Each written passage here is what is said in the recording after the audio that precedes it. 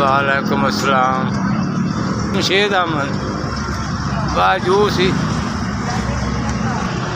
बाजी अल्लाह ले हो हीले रोजी बाने मौत बस हीला वसीला बच्चों वास्ते कर रहे हैं। रिज़्क़ हलाल रब देवे। बच्चे माशाल्लाह 5-6 बच्चे ने। 3 बेटियां 2 बेटे ते पुत्र कपुत्र हो जाते ने। कोई नहीं पुछते बाबे का हाल भी की हो रहा है की करना है। ते मुड़ बच्चों वास्ते कमा रहे हैं रिज़्क़ हलाल।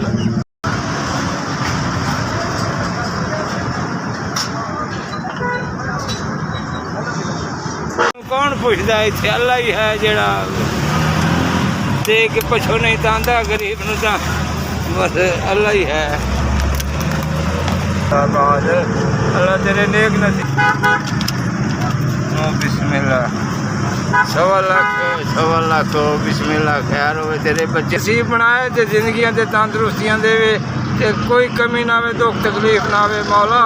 इन्हां दे बच्चों के नेक नसीब बनाई तो तंदुरुस्तियां देवी जेड़ा इन्ना प्यार किया माड़िया नाल ते बजुर्गों नाल। बिस्मिल्लाह जिन्होंने लोगों ने सानू पैसे भेजे अल्लाह उन्होंने नेक नसीब बनाए ये बच्चों दी जिंदगियां करे। पर मौला उन्होंने कोई तंगी ना देवी वास्ते अहल बैत दा वास्ते प्यारे दे प्यारे दा उन्होंने बच्चों के नेक नसीब बनाए तो कोई दुख तकलीफ ना देवी मौला। क्यों उन्होंने दर्दी है इखलाक है मुहब्बत है प्यार है चाहत है माड़िया नाल ते सब तो पहले ही इखलाक पुछे होना इल्म तो बड़ा इखलाक है। SVS 4000 पहुँचाने वाले दी औलाद तंदुरुस्तियां दे ते अल्लाह नेक नसीब बनाया। Thank you welcome welcome.